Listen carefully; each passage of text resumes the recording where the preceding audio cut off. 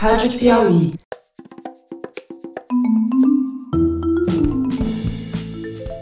Sejam bem-vindos ao Maria Vai com as Outras, um podcast da revista Piauí. Eu sou a Branca Viana.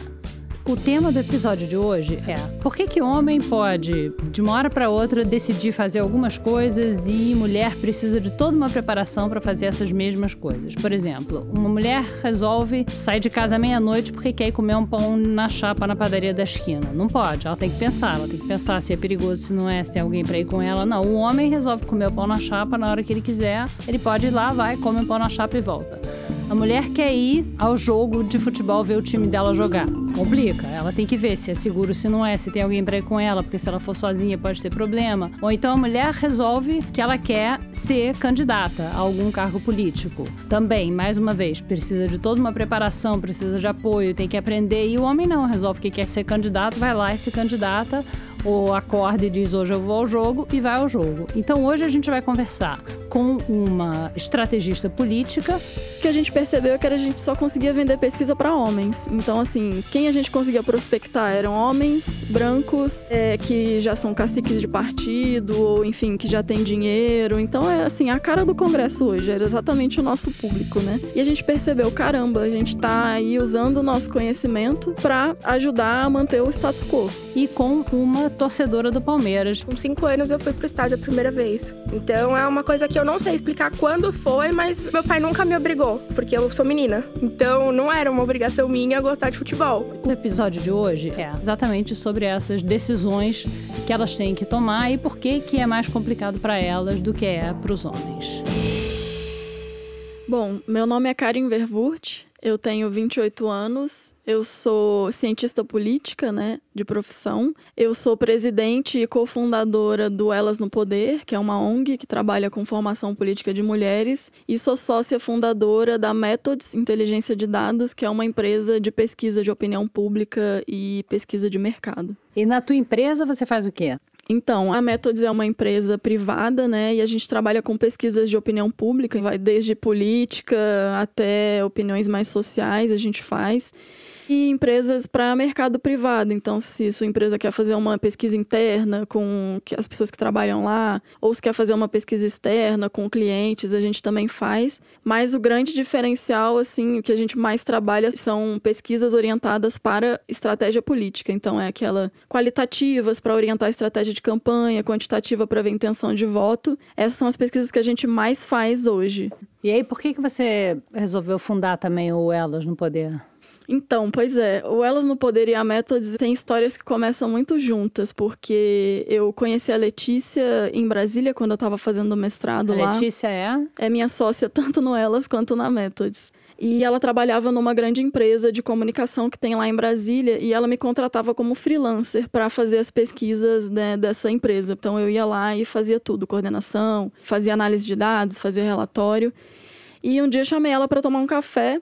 E falei, então, eu não gosto de trabalhar para os outros, vamos abrir uma empresa, você é mulher como eu, queria abrir uma empresa feminina e trabalhar com pesquisa, é o que a gente sabe fazer, é o que a gente gosta de fazer. E ela adorou a ideia, falou, eu quero, vamos fazer. E nisso a gente começou a prospectar clientes, né? Que é o primeiro passo, é você, então, conseguir, de fato, viabilizar financeiramente aquilo. E aí a gente começou a procurar clientes e foi exatamente no período eleitoral, 2018, nas eleições de 2018, que a gente começou a vender mais pesquisas. Só que o que a gente percebeu é que a gente só conseguia vender pesquisa para homens. Então, assim, quem a gente conseguia prospectar eram homens brancos, que já são caciques de partido, ou enfim, que já têm dinheiro. Então, é assim, a cara do Congresso hoje, era exatamente o nosso público, né?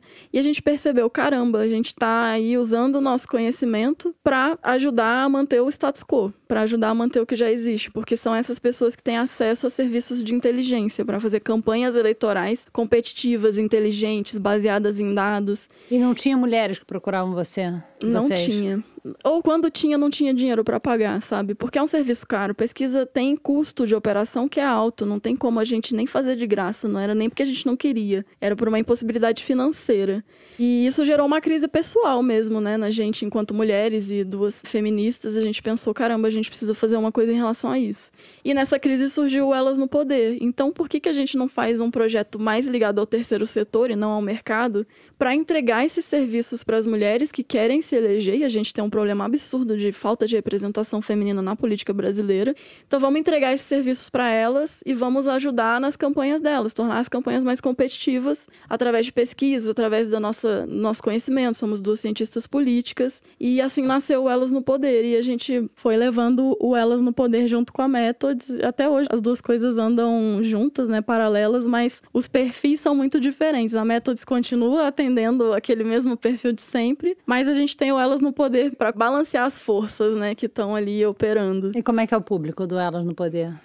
Olha, o público no Elas no Poder é muito diverso, assim. Isso é uma coisa que a gente fica muito feliz porque a gente conseguiu atingir uma quantidade, uma diversidade de mulheres absurda, né? Assim, tanto eu quanto a Letícia somos mulheres brancas, então a gente tinha muito medo do projeto acabar se tornando uma coisa também elitizada, só que na parte feminina. Então, de só conseguir atender mulheres brancas com alguma vantagem, né, competitiva, como dinheiro, influência. Então, desde o começo, a gente tomou muito cuidado para que isso não acontecesse. E hoje o Elas no Poder é bem diverso, assim, eu rodei uns dados das mentoradas que a gente tem hoje. Tem branca, tem negra, tem indígena, tem quilombola, tem trans, que vão desde o PT até o DEM. Então, assim, tem uma diversidade que é muito legal e que é muito importante, porque isso aumenta o diálogo. E como é que vocês, quer dizer, elas vêm até vocês ou vocês que procuram elas? Como é que elas chegam? No começo, foi uma coisa meio que elas acabaram procurando a gente. Assim, a gente atendeu uma candidata e essa candidata acabou espalhando, foi uma coisa bem boca a boca. E hoje a gente trabalha com 2 braços, né? A gente tem formação política para mulheres, que ensinam elas temas que são extremamente necessários para elas terem carreiras na política.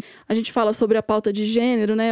Quais são as consequências de você nascer mulher na sociedade, o que isso interfere na sua vida. A gente fala sobre mídia, o quanto a mídia influencia ou não nas opiniões sociais. A gente fala do sistema político brasileiro, do Estado, como que funciona o Estado, os 3 poderes, como que eles se relacionam.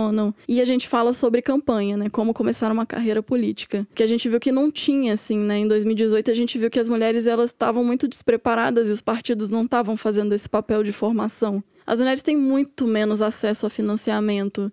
Elas têm menos acesso a financiamento dentro dos partidos. Elas têm menos redes de contatos com potência de doação. A gente não tem um networking hoje, né? Uma rede de mulheres empreendedoras, empresárias, que têm potencial de doação, colocando dinheiro em campanhas femininas. Então, elas começam muito atrás. Você ser mulher na política, ou querendo entrar na política, você já começa vários degraus embaixo, entendeu? E aí, o Elas no Poder quer exatamente ajudar, pelo menos empurrar mais acima, né? De você sair com uma campanha mais competitiva, mais inteligente, porque é o que a gente fala, se você não tem dinheiro, você vai ter que ser 10 vezes mais inteligente que sua oposição. E é isso que a gente tenta levar para as campanhas delas, essa inteligência, os dados e tal. Tudo isso sem cobrar, sem pesar no orçamento delas, porque também não adianta. Por isso que a gente acabou indo para o terceiro setor e não montou uma empresa, porque se a gente montasse uma empresa, a gente ia encontrar o mesmo problema, ou não ter público, ou ter um público muito seleto de mulheres. Inclusive, a gente está com financiamento coletivo aberto, porque as pessoas acreditam no que a gente está fazendo. Diz aí qual é o teu financiamento coletivo. Está aberto no Catarse e para doar é só acessar o bit.ly/doe-para-o-elas. E além do curso de formação, esse ano, como é um ano eleitoral, a gente está mentorando campanhas femininas. A gente está colhendo delas informações do que elas precisam saber, que elas não sabem, problemas de campanha, dúvidas. A gente colhe isso com elas através de pesquisas frequentes, conversas. E aí a gente transforma as dúvidas dela numa aula bem técnica, né? Não é uma aula teórica, é uma aula de assim, como fazer tal coisa, né? Como fazer uma planilha de orçamento. E aí a gente pega essas dúvidas, transforma numa aula e faz um webinar que a gente está chamando de mentorias coletivas. E aí essas mulheres participam para que elas consigam produzir as campanhas dela, o que a gente consegue fazer hoje com o orçamento que a gente tem. Quando você começou esse trabalho, mesmo com a tua experiência profissional e com a tua experiência acadêmica, teve alguma coisa que te surpreendeu nas mulheres em que você chegava ou que chegavam em você? Olha, tem uma coisa que é uma conversa que eu tenho frequentemente, assim, com outras mulheres mais experientes que trabalham nessa temática, nessa área, é que, infelizmente, as mulheres chegam na política, ou pelo menos com desejo político, elas chegam um pouco mais infantis. É uma coisa que a gente, inclusive, tenta muito desconstruir na cabeça delas. E o que você quer dizer com isso, infantis? É muito uma coisa de, postar no Instagram, eu vou fazer um videozinho e tal, mas elas precisam entender que campanha eleitoral é guerra.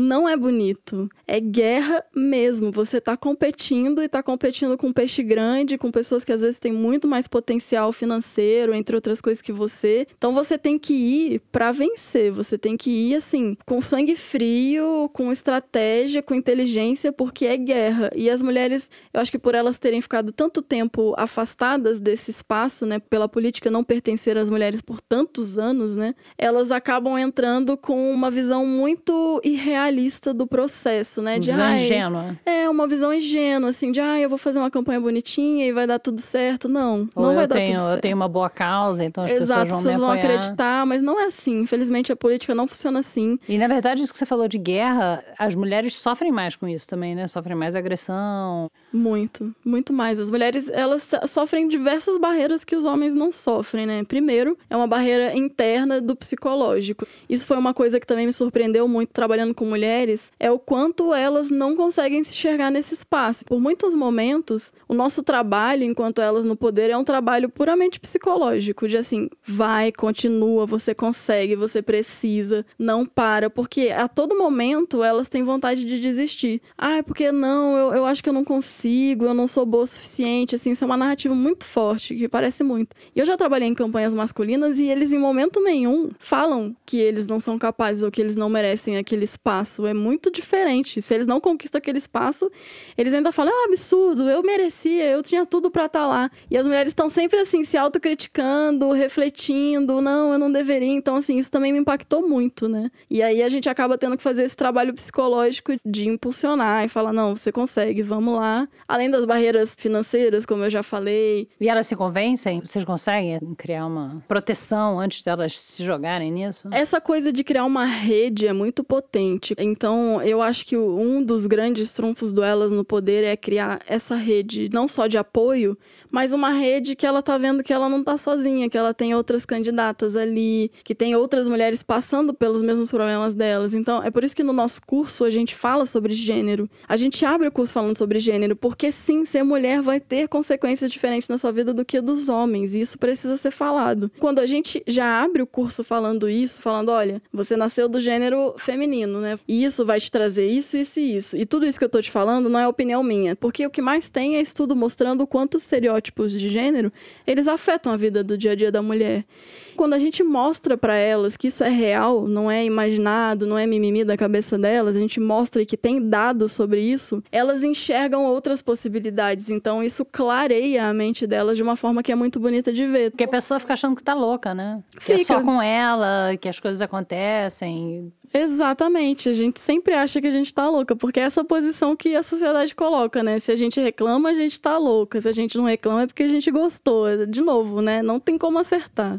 O que eu sempre fico me perguntando é se o sistema eleitoral faz diferença. Então, se a gente que tem um sistema de lista aberta aqui no Brasil, né? Um sistema proporcional de lista aberta, que eu vou até pedir para você explicar o que é, mas se isso faz diferença, entendeu? Se lista fechada, você consegue eleger mais mulher, uma comparação entre os países, se você puder explicar um pouquinho. Tem alguns estudos sobre isso. A lista fechada é quando o partido ele lança uma lista já com os nomes das candidaturas pré-estabelecidas e aí você vota nessa lista, né? A lista aberta é como é aqui no Brasil, né? Você faz a sua candidatura no partido, você vai estar sancionada pelo partido, vai fazer campanha e cada um vota em quem quiser. Você não vota numa lista de candidaturas, você vota... na pessoa, né? Na pessoa. Agora, na lista fechada, o que funciona é a lista fechada com alternância de nomes, né? Que a literatura fala. Então, você vai votar em uma lista de nomes e ela tem alternância entre um homem masculino e um feminino, masculino e um feminino. Esse é o que tem comprovadamente sido a melhor opção, né? De sistema eleitoral político político para eleger mais mulheres. E aí, para ter isso, você tem que ter uma lei que obrigue os partidos a fazer essa alternância na lista fechada deles? Quer dizer, tem uma lei dizendo, olha só, a tua lista tem que ser 50-50. Exatamente, tem uma lei. E a outra possibilidade é você ter cotas, né, como a gente tem, mas a nossa cota é uma das menos eficientes que tem, assim, segundo a literatura.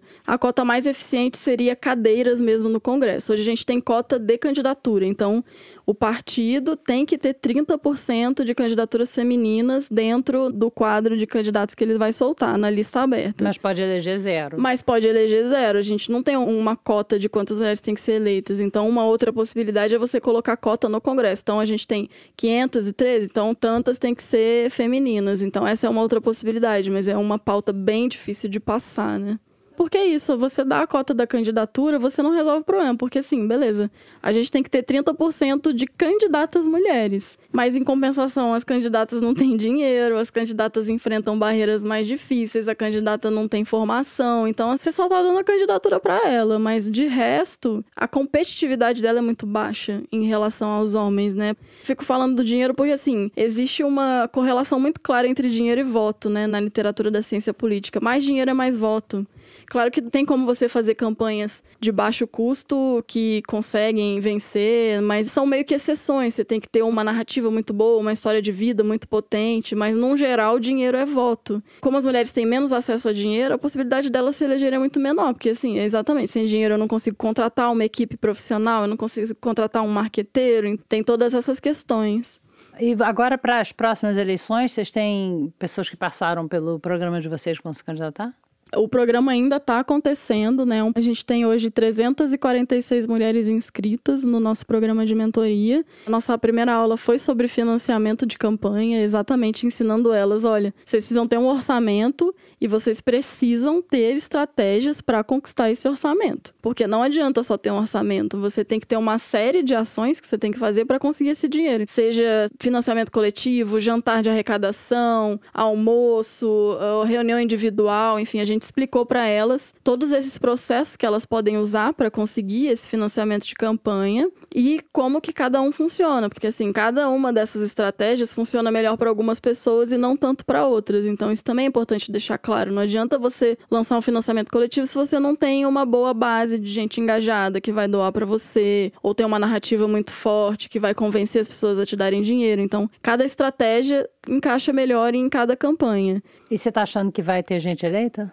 Eu acho que esse ano tem um grande potencial. Essa pauta, ela tá muito em alta, ela tá gerando muito interesse das pessoas. A mídia tem procurado muito elas no poder para conversar sobre isso. Tem muita gente querendo saber o que tá acontecendo, o que a gente tá fazendo. Então, assim, o nosso projeto trabalha com isso, mas você tem outros projetos, como Vote Nelas, que vai fazer uma coisa mais focada na população, para que a população tenha consciência de que também tem que eleger mais mulheres. Não adianta a gente fazer o nosso trabalho e não ter um trabalho de base dizendo para as pessoas, ok, votar em mulheres, tá? Elas são tão boas quanto homens. Então, eu acho que o esforço conjunto que vários movimentos como nós estão fazendo vão ter uma grande recompensa no final, que eu acho que a gente vai conseguir eleger mais mulheres. Pô, bacana. Obrigada, Karen. Parabéns, muito obrigada. Imagina, obrigada a vocês pelo convite.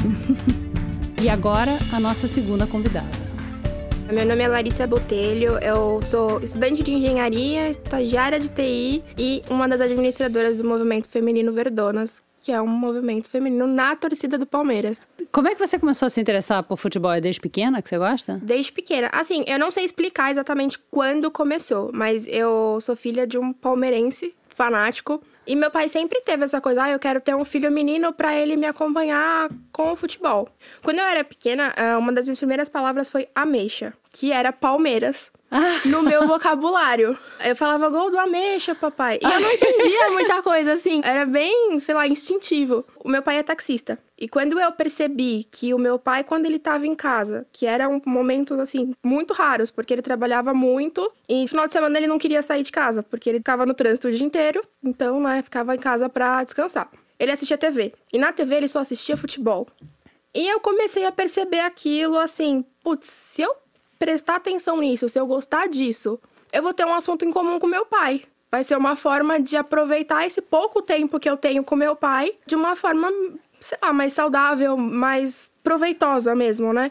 E aí eu comecei a me interessar, comecei a perguntar, comecei a querer entender. Quando eu comecei a ler, meu pai me deu um livro Um livro não, uma revista, com a história do Palmeiras. E nessa história tem um jogador que chama Julinho Botelho. E o meu sobrenome é Botelho. E aí você ficou achando... Eu achei o máximo. Eu me senti super representada. Eu falei, nossa, um dos craques do Palmeiras, camisa 7, era o Julinho Botelho. O cara tem o meu sobrenome. Então, assim, com 5 anos eu fui pro estádio a primeira vez. E meu pai nunca me obrigou, porque eu sou menina. Então, não era uma obrigação minha gostar de futebol. E você tem irmão? Não, eu sou filha única. Então, pro meu pai... Você acha que se você fosse menino, ele ia te obrigar a ir, porque ele ia querer que você fosse um menino palmeirense? Eu acredito que sim, porque o meu pai, ele é super conservador. E eu vim pro mundo pra quebrar todos os estigmas e paradigmas do meu pai. Esse e qual outro? Eu faço engenharia, gosto de futebol. Além de gostar de futebol, eu quis me envolver na questão do Verdonas, né? Porque eu sou super justiceira e defensora dos frascos e comprimidos. E meu pai, super conservador, quadrado, ele acaba abraçando super o Verdonas. Então, quando a gente vai num pré-jogo ali nas redondezas do Allianz Parque... O que é um pré-jogo? Um pré-jogo é assim, a gente combina... vamos se encontrar antes do jogo pra tomar uma cerveja no bar ali na frente? Aí a gente manda nos grupos, porque nós somos em 4 grupos. O Verdonas? O Verdonas, Você vai ter que explicar o que é o Verdonas. Tá, o Verdonas, ele é um movimento feminino dentro da torcida do Palmeiras. O que seria um movimento? Não é uma torcida organizada, porque muita gente tem essa ideia difusa de ser uma torcida organizada feminina. Não. Tanto que tem gente que é de torcida organizada dentro do Verdonas, mas nós somos algo completamente diferente. O movimento feminino, ele incentiva a mulher a ir pro estádio, porque ainda hoje, no século XXI, 2020, tem muita mulher que não vai pro estádio por N questões, por medo, por insegurança, por não se sentir pertencendo àquele local. Eu não vou te falar que todo jogo, em todos os setores, acontece algum tipo de violência ou de assédio contra a mulher, mas não é um ambiente que é assim... Nossa, eu faço parte desse lugar. Que tipo de coisa acontece com mulher em estádio? Porque eu não entendo nada de futebol e fui ao estádio muito pouco na vida, então eu não sei. Pode acontecer várias coisas. Eu, Larissa, já passei por 2 situações super desconfortáveis. Em uma delas, eu tava com a minha mãe e com o meu namorado. Foi um Palmeiras e Corinthians, é um clássico. Os torcedores estão mega emocionados. É meio estressado. É meio estressante. Tem um clima extra-jogo, né? Que tem aquela rivalidade, todo mundo fica querendo ganhar. Foi em 2018, no Campeonato Paulista. Eu tava num setor que eu sempre ia. No Allianz Parque tem um vidro em volta da arquibancada superior. E eu tenho 1,63 m. Eu tava sentada 4 horas da tarde num domingo com o sol batendo no vidro. Eu não tava enxergando nada. Levantei. O cara que tava atrás de mim começou a me xingar pra eu sentar. Eu fingi que não tava escutando. Porque todo mundo fica em pé também. É outra coisa que acontece em estádio. Mesmo eu, que vou pouco, sei que todo mundo fica em pé. E principalmente num clássico, assim. Todo mundo tá lá super eufórico, cantando. E eu não seria diferente, né? E você não é exatamente o Kobe Bryant, né? Exatamente. Eu tenho 1,63 m e o cara tava um nível acima de mim. Então, eu não tava atrapalhando o cara. Ele me xingou. Teve uma hora que eu fiquei tão irritada com aquela questão dele. Senta e acompanhado de um palavrão. Você pode dizer o palavrão aqui. Senta, caralho. Senta, sua filha da puta. Não sei o quê. Eu virei pra ele. Eu não vou sentar. Você não pagou o meu ingresso. No meu ingresso não está escrito que eu sou obrigada a ficar sentada. Eu estou no meu lugar, mas não vou sentar. E aí ele começou a falar, você tem que sentar, sua vagabunda. E a minha mãe estava comigo. E a minha mãe falou, você respeita a minha filha. Você não fala assim com ela, porque ela não é qualquer uma. E aí, ele levantou a mão como se ele fosse dar um soco em mim ou na minha mãe. Com aquilo, o sangue subiu pra cabeça e eu falei, você abaixa essa mão agora. Porque se você encostar um dedo na minha mãe, eu que vou te bater. Eu vou te matar. Praticamente isso, né? E as pessoas em volta... Nessa situação, as pessoas não ficaram ao meu favor. Isso foi o meu maior choque. Foi a minha maior surpresa. E as pessoas atrás, aí a retardada, que fica fazendo graça e não deixa o cara assistir o jogo. Aí a filha da mãe. Aí a minha mãe voltou com a polícia. Todo mundo, nossa, mas não era pra isso. Pra quê tudo isso? Que escândalo. Mulher só vem no estádio pra fazer escândalo. Ele tinha que ter te dado um soco mesmo, pra você cair lá embaixo e morrer. E você nunca mais vir ao estádio. Porque você só veio pra encher o saco. O cara veio pro jogo, você atrapalhou, ele saiu e não vai assistir. Aí eu virei pra trás e falei, e ele me bater, ok. Ele não te bateu, mas devia ter te batido. Nossa. Foi assim, horrível. Eu tremia de... Isso várias pessoas começaram... Várias pessoas, assim. Em volta de mim tinha umas 500 pessoas. Isso eram umas 15, 20. E o resto eu não fazia nada. Nossa, que medo. É, absurdo. E aí a polícia veio, me tirou, me levou pra um outro setor... embaixo, que é mais elitizado, digamos assim. E aí a gente terminou de assistir o jogo lá, mas foi um jogo que eu não consegui nem assistir, porque eu tava tão nervosa. E logo em seguida teve o episódio das palmeirenses no metrô em São Paulo, que elas foram agredidas pela torcida do Corinthians numa volta de jogo. E deu uma puta repercussão na mídia. E eu conheci algumas, são palmeirenses que estão sempre no estádio, que têm redes sociais, que têm uma certa voz dentro das redes sociais, né? São conhecidas na torcida, digamos assim. Falaram, a gente precisa fazer alguma coisa aí, que só se lastimar não vai adiantar. E elas criaram o Verdonas, que é um movimento que tem como intenção acolher mulheres e levar para o estádio e mostrar que esse tipo de situação acontece, mas que ela não é o todo do estádio. Porque eu tenho momentos lindos no estádio também, com meu pai, com meu namorado. Porque você gosta, Porque né? eu gosto. Aquilo pra você mim... quer ir lá ver teu time, exatamente. Né? Aquilo pra mim é uma paixão. E aí o grupo faz o quê? Vocês vão juntas? Como é que funciona? A gente faz assim, ó. Eu vou no setor X, eu vou no setor Y, eu vou no setor D. Aí a gente faz uma lista, a gente vai no setor tal, tal, tal. Algumas vezes as meninas se encontram no metrô pro caminho ser mais seguro, porque mulher com camisa de futebol é um prato quente pra sofrer assédio. Ai, olha, por você eu até viraria palmeirense. É sempre assim, mulher não pode usar camisa de futebol que vira uma atração. Aí a gente marca o pré-jogo, que é essa questão de você falar, eu vou estar no Allianz Parque, o jogo é às 4, a gente vai chegar lá 2h30 pra tomar uma cerveja, porque mulher também gosta de tomar cerveja antes do jogo.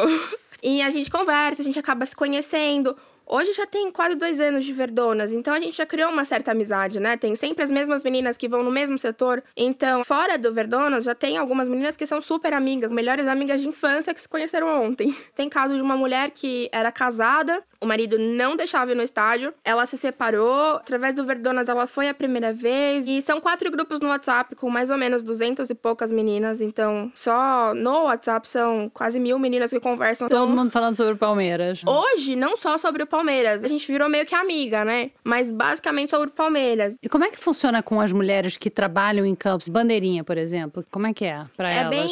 Pra elas é bem pesado. O futebol não tá preparado pra receber a mulher nem na arquibancada e nem na arbitragem. É muito, nossa, sua gostosa. Aí se erra lá, filha da puta, não entende nada de futebol. Tinha que estar em casa, lavando louça. Eu fui no jogo semana passada no Pacaembu. A árbitra principal, a juíza principal era uma mulher. Eu nunca tinha ido em um jogo com uma mulher apitando um jogo como juíza principal. Eu achei maravilhoso. Eu fiquei orgulhosíssima. Eu falei, putz, tô fazendo a coisa certa, tô no caminho certo. Só que quando ela errava qualquer coisinha que todo juiz erra, a culpa era porque ela era mulher, não porque ela era juíza. E as pessoas gritavam isso?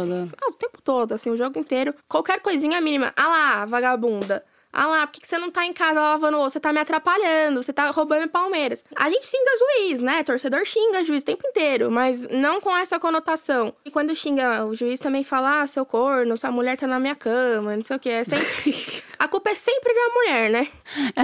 Tem razão. Tem razão. É um absurdo.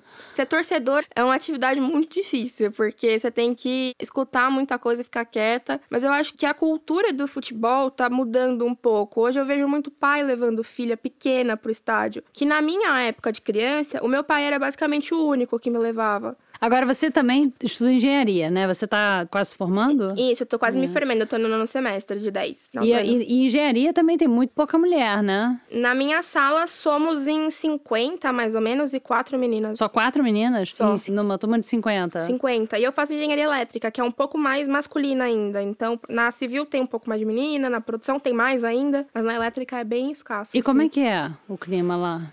Eu já estudei em 2 faculdades diferentes. Eu estudava em uma que é mais conservadora aqui em São Paulo, que é tradicionalíssima, uma particular tradicionalíssima. E eu já escutei professor falar que a mulher não tinha que fabricar a máquina de lavar, tinha só que usar. Uau! Bem pesado. Mas uma das minhas, não brigas, mas das minhas lutas com meu pai foi na época de escolher a faculdade. Ele queria que eu fosse jornalista. Pra eu ser jornalista esportiva, pra eu cobrir o Palmeiras. Também não é fácil ser jornalista esportiva. Exatamente. Eu acho que o meu pai tava com uma utopia, assim, absurda sobre o jornalismo. Ser mulher no esporte, no jornalismo esportivo. Eu entrevistei uma repórter esportiva aqui no programa e ela contou coisas... É absurdo, horríveis. Mesma coisa que acontece com a bandeirinha, com a árbitra e tal, acontece com a repórter. Né? Entrou no campo...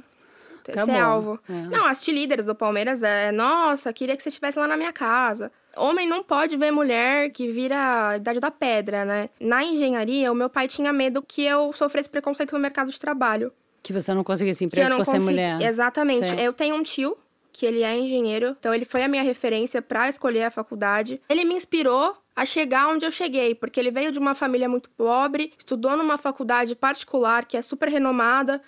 Ele pagou tudo, meu avô não tinha condições de pagar, e ele trabalhava de manhã, estudava à tarde e dormia, 2 horas por noite. Foi o melhor aluno da sala. Então, ele é a minha referência acadêmica e profissional. Porque o meu pai, como ele é taxista, infelizmente eu não queria seguir a mesma profissão dele. Até porque eu sempre fui muito estudiosa, digamos assim. Você sempre foi boa aluna? Sempre fui boa aluna. Eu sou filha de professora e eu era bolsista. Minha mãe é professora de 1ª a 4ª, de ensino fundamental, né? Sempre estudei nas escolas que a minha mãe trabalhava. Então, eu tinha que ter boas notas. E aí, teve uma hora, quando eu tinha 17 anos e ia prestar o vestibular, eu me inscrevi em, 9 vestibulares e falei pro meu pai, paga, que eu vou fazer os 9. Eu passei em 8. Pude escolher a faculdade. Tem um trabalho, assim, maravilhoso. Trabalho na área de TI, que não tem nada a ver com o que eu estudo. Quer dizer, você estuda e trabalha, né? Isso, eu estudo à noite e trabalho durante o dia. Eu sou estagiária, né? Que também é uma área que é predominantemente masculina. A área de TI, é. Eu tenho uma gerente mulher. Eu acho assim... Que é a sua chefe? A minha chefe direta é uma mulher. Eu acho maravilhoso, porque seria completamente normal eu ter um chefe homem. Eu tenho uma chefe mulher. E na engenharia também tem algum tipo de organização que nem vocês fizeram com Verdonas, assim, as meninas que estudam engenharia? Então, hoje eu estudo numa faculdade que ela é mais comercial do que acadêmica. Então, os movimentos que tem lá dentro, eles são um pouco mais comerciais. Eles têm atlética, que aí tem esporte, mas não tem nada, assim, muito voltado pro público feminino, né? Assim, no ciclo básico eu tive 3 professoras. E eu tô no 9º semestre agora só professor homem. Só homem. Só homem. E continua ouvindo essas coisas de que devia estar lavando louça em vez de fabricando máquina? Nessa faculdade, os professores não falam tanto isso. Os meninos são meio bobões, né? Então falam. Eles ainda falam alguma coisinha mais mascarada, mas eu sou muito bocuda. Você tem aula hoje? Hoje não, hoje eu ainda tô de férias. Eu começo semana que vem aí. Tá bom, obrigada. Obrigada Boa sorte pro Palmeiras. Tomara, esse ano a gente tem que ganhar alguma coisa, vamos ver. Obrigada. O Maria Vai com as Outras é um podcast da revista Piauí. E para quem gosta do programa e quer que ele continue, a melhor maneira de apoiar é assinando a revista, coisa que vocês podem fazer na página revistapiauí.com.br, clicando em Assine no topo da página. O Maria Vai com as Outras é uma produção da Rádio Novelo para a revista Piauí. Esse episódio de hoje foi gravado no estúdio Trampolim, em São Paulo. A coordenação geral é da Paula Scarpim, a edição de som é da Cláudia Holanda, a Mari Romano foi quem fez a releitura da nossa vinheta, a finalização e mixagem são do João Jabassi. A nossa produtora é a Mari Faria. A coordenação digital é da Kellen Moraes e a Ana Beatriz Ribeiro é a editora de redes sociais do programa. Eu sou a Branca Viana. Muito obrigada e até o próximo episódio.